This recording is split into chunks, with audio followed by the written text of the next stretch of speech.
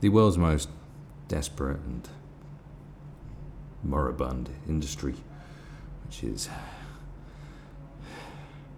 mainstream news organisations, are definitely in panic mode. But, they're trying to take a different approach instead of just, trying to shit all over the competition all the time and, just generally, run daily hit pieces on whoever they think should be a target. Sometimes it's Zoella.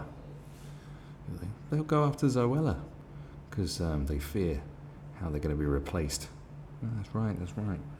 There was a point when mainstream organisations thought they could ride the coattails of such people, of online influencers and online voices, trying to give them their own show. But then they worked out, it's like, they can earn far more money with on their own terms online. So when they tried to sort of lure them in, it sort of didn't work. That was the first approach. It was like, hey, come join us. Like, no, we're not going to join you. It's like, join us or we will destroy you. And they try to destroy them. So now their little approach is, just borderline desperate. So it's like, now we want to lure. So how can we lure back all the people who avoid news? In fact, people are avoiding news now. What a wonderful way to be, to avoid news. One of my close friends, he doesn't stay up to date with anything. He didn't even know Prince was dead until I told him a couple of months ago. That's actually true. That's how much he avoids anything, like news. Like, he just has interest in what he's interested in. Like, he chooses what information gets pumped into his brain, like a lot of people do. It's about choice. Because back in the day, you just had your newspaper and you had your few channels and it all told you the same crap and you never knew about anything else. And now we can find out about all sorts of things and it's wonderful. But newspapers don't really like it. They're like, oh no, we want to select it for you because it's important that we select everything for you and choose what we pump into you. It's like, okay, well, it's time. It's time, isn't it? It's like the horses, the legs are broken, get the gun, bam! Isn't it time? Like, why is this thing moving up and down? I don't know. Anyway, initiatives such as Tortoise aim to engage audiences alienated by Brexit and Trump. Oh, it's Brexit and Trump that has alienated audiences.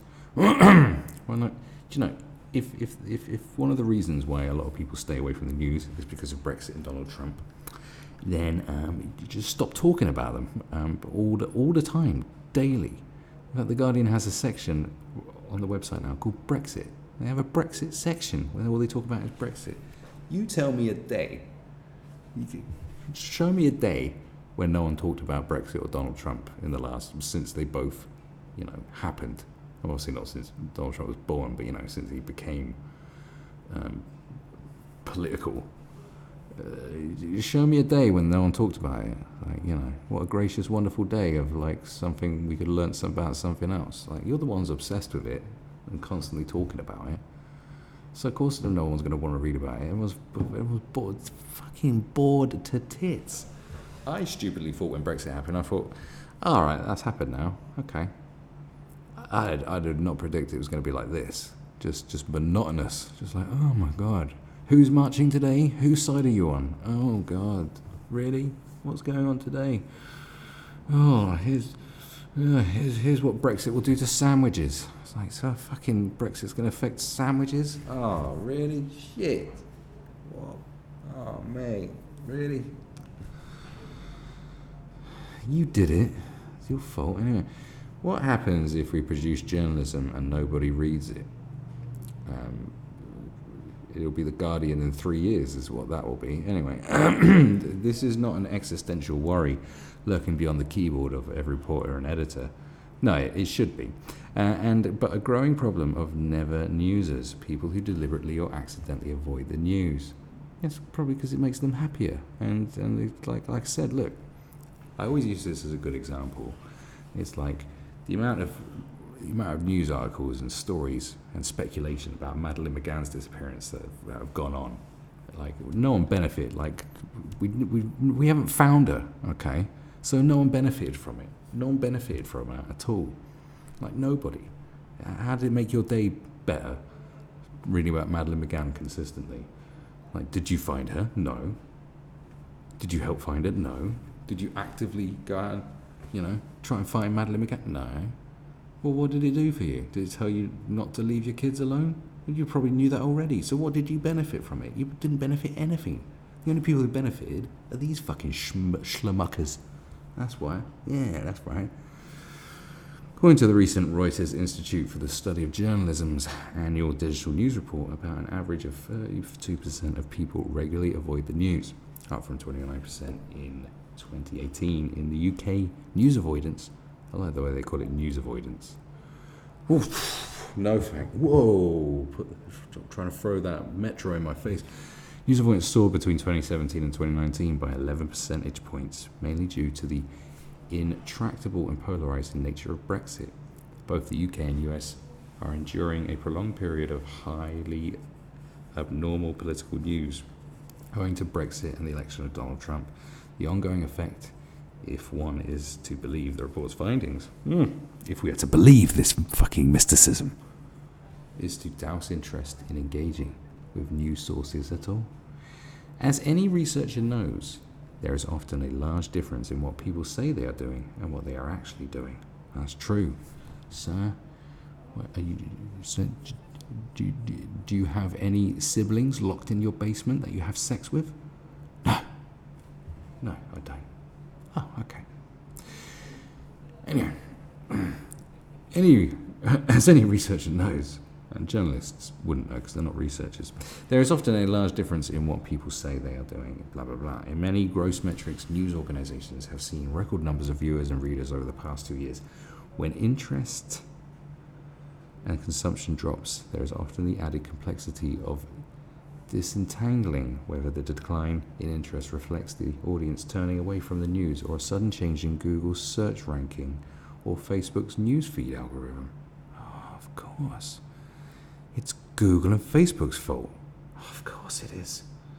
I mean, people can't just remember, what were those newspapers that we got news from? I can't remember. I can't search them. Well. Gonna have to just look at pictures of kittens. Last week in the US, there were 2 nights of live televised debates for the Democratic candidates running for the selection of the 2020 election. Yes. And who cares? A year from the selection of a candidate to rival Trump, the stage was crowded with names even the diligent politics follower would have struggled to recognize.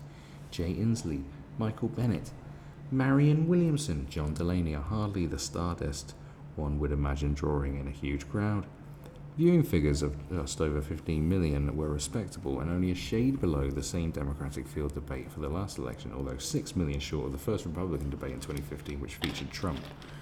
Well, I think that's the key to why people talk about him all the time, because he does draw in the numbers, doesn't he? Excuse me a second. Anecdotally, news editors in both cable television and other news organizations report that the Trump bump was not what it was, with the once electrifying effect of Donald Trump's name added to any headline fading into a more generalized torpor.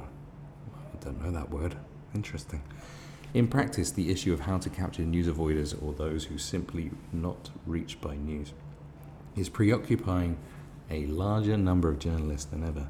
If I could sack my entire social media team and replace them with an audience engagement team tomorrow, I would, one editor told me. Oh, right. Well, isn't that technically what they should be anyway? Don't think you're writing that very well. Another head of news described the challenge of finding a defined and committed audience as the number one challenge by far. We have been focusing too much on which platform to be on and not enough on the audience relationship. Yes, that's right. You don't really give a fuck about your audience, do you? Reporting the news and engaging audiences in being interested in the news are often seen as being intrinsically the same job, although the requirements for both can be in tension with one another. The issue of news avoidance among a growing number of young people is particularly intractable, at least for traditionally configured news organizations. Last week, the slow to start news startup Tortoise announced a pivot in its approach to audiences just 2 months after its official launch. It announced it will be expanding its network of members through affiliations with a host of different organisations to hold meetings centred on issues in schools, community centres and elsewhere. Tortoise has given them the rather off-putting name Thinkins. Yes, that is a very off-putting name. Well done you. The purpose is to engage broader audiences in news and to find ideas and perspectives outside the bubble. The outreach model of news is by now very familiar territory to a number of news organisations. Huffington Post toured the US and passed the UK in a bus after the 2016 US election result, which in part inspired the Tortoise efforts. The Guardian held its first open news events for readers over a decade ago. The New York Times has its own event space attached to its opulent Midtown building in New York. The Atlantic magazine, the New Yorker, and even the local US digitally native outlet, the Texas Tribune, have their own festivals of ideas, which form not only a basis of inviting their readership to participate in discussion, but also foster subscriptions and donations. In the US, efforts have ventured beyond angry audiences to visit. I'm incredibly bored by reading that now. So you've reached a point where you're going to have audience outreach. This is fucking bizarre. You're going to have audience outreach. Please come read our crap. This is what it's come to. You're going to have a bus. You'll be knocking door to door trying to get people to read your bullshit. Oh my God. What was it? Polly Curtis, a former Guardian and HuffPost editor who was working on the Tortoise Network, say the aim of spreading news events through partner organisations is to counter this precise effect of remaining in the bubble. We are interested in the more solutions-based approach to discussions around the news, and we want this network to ultimately inform our reporting. For the average news avoider who does not see themselves as underinformed and who is actively looking for non-participation, it is difficult to know how they can be lured back to engage with news organisations at all. The burgeoning of current engagement initiatives offer at least real-life contact with other humans, addressing not only the business problems of news organisations, but some of the digitally isolating effects of their cause. How society feels about not just consuming the news, but being part of the news process remains to be seen. Do you know what? People just don't need the fucking news. I hate to break it to you, but half of it's not even important. Half of it's not even relevant to our lives. You hold so much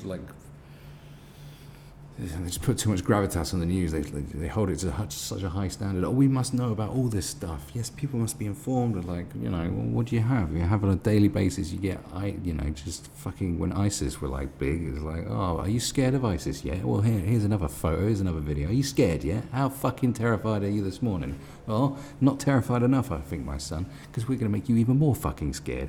Look at this beheading video. Look at this drowned child. Are you sad today? How is your day shit enough? Can we make your day shitter? That's what it does. Why the fuck do you want to read that every day? You don't need to. It's pointless. Unless there's something really just extremely important to you. I don't know. You won the lottery. I don't know. Fucking you're gonna lose your job. This prevents cancer. This causes cancer. Yeah, that's fine. But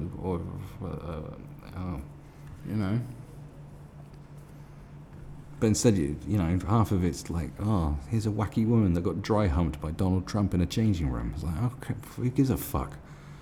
No one cares. Everyone's yeah. And you'd say it's because people don't want to hear about Trump and Brexit. Well, yes, they don't. And also, people don't trust the news quite rightly anyway. It's just hyperbolic partisan bullshit. All of it. It's just it's just done with it. The way news organisations have been operating is an old model. It's all based on years and years ago when sensationalism sold newspapers. The newspaper vendors used to stand in the street and shout ridiculous stuff and just go, it's saying war might be happening. Everyone's like, what? And it's just speculation about war. That's basically how it all started. It went from just informing people to going, there is a way where we can sell more papers by scaring people. By outraging people. And that's all they do. They scare you and they outrage you in many different ways. The Guardian will outrage you because Boris Johnson is weird. The Daily Mail will outrage you because someone's got 10 kids and hasn't worked a day in their life and is claiming benefits. And then they'll fucking terrify you. The Guardian will go, oh, the alt-right is going to murder your kids in their bed. And the Daily Mail will be like, oh my God, Syrian refugees are going to rape your daughters in their beds. And that's all the news is. That's all it is. Just attack after attack, bullshit after bullshit. So being a news avoider is just being free and happy. Good. Be free and be happy. Go read an interesting book, learn a trade, fucking learn another language. I don't know. Jesus, learn like whatever. Do something better with your fucking day. And these desperate motherfuckers want to go around in a bus. Going, oh, we're in a news outreach program. Do you realise how important we are to your life? No, you're not. Fuck off. Don't bang on my door. Do you know what I mean? God, they're going to become the new Jehovah's Witnesses, these